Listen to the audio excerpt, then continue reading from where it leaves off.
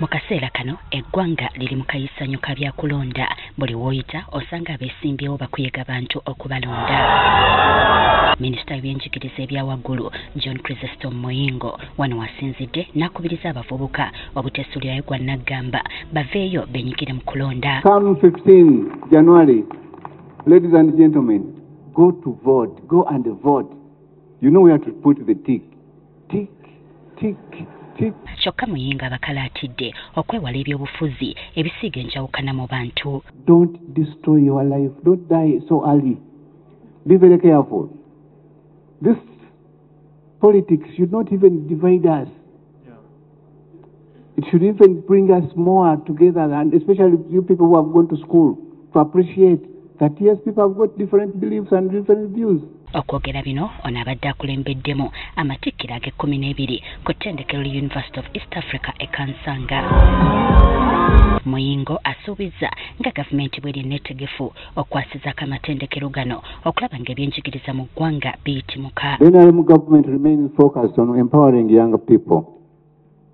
The NRM government is very committed to strengthening a knowledge-driven economy and supporting institutions that transform ideas into tangible enterprises. Amyuka akulira ettendekero lino Emeka Ekazuwa ategeezezza ng'abayizi abafulumiziddwa bwe batuukiridde okugonjoola ebibasoomooza naddala ku bikwatagana ne tekinologiya, enkyukakyuka y'obudde n'ebirala. We need to merge these two.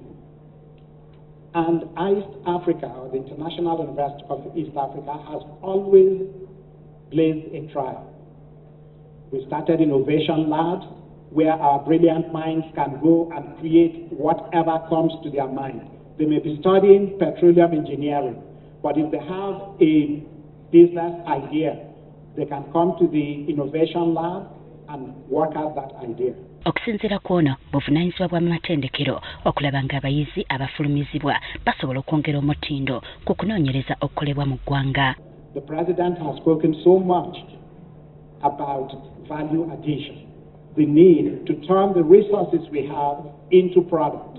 And that is a role for the universities. Yes, we teach theory.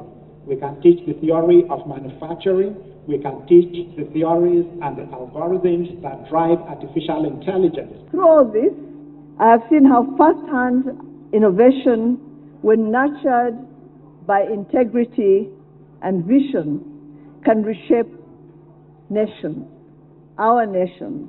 Akulira ettendekero lino Amina Mohammed akalaatidde abatikkiddwa obuteetuulako babeerewo bye beetandikirawo okusobola okweyimirizaawo. First, build with purpose. Let your ventures be rooted in solving real-world problems. Whether it's fintech, agribusiness, health innovation, or creative industries. Mu batikkiddwa kwe kubadde n'omubaka wa Lubaga South Aloysius Mukasa ng'ono akuguse mu mateeka abayizi abasukka mu 6 be batikkiddwa.